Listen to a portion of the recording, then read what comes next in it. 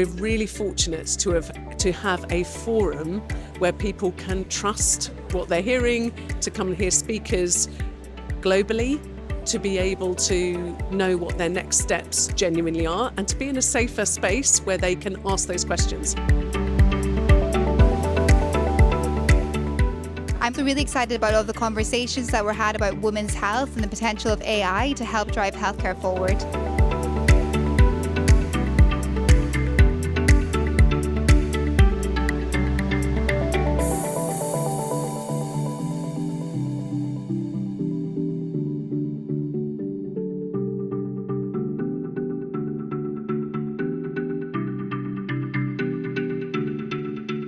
Here,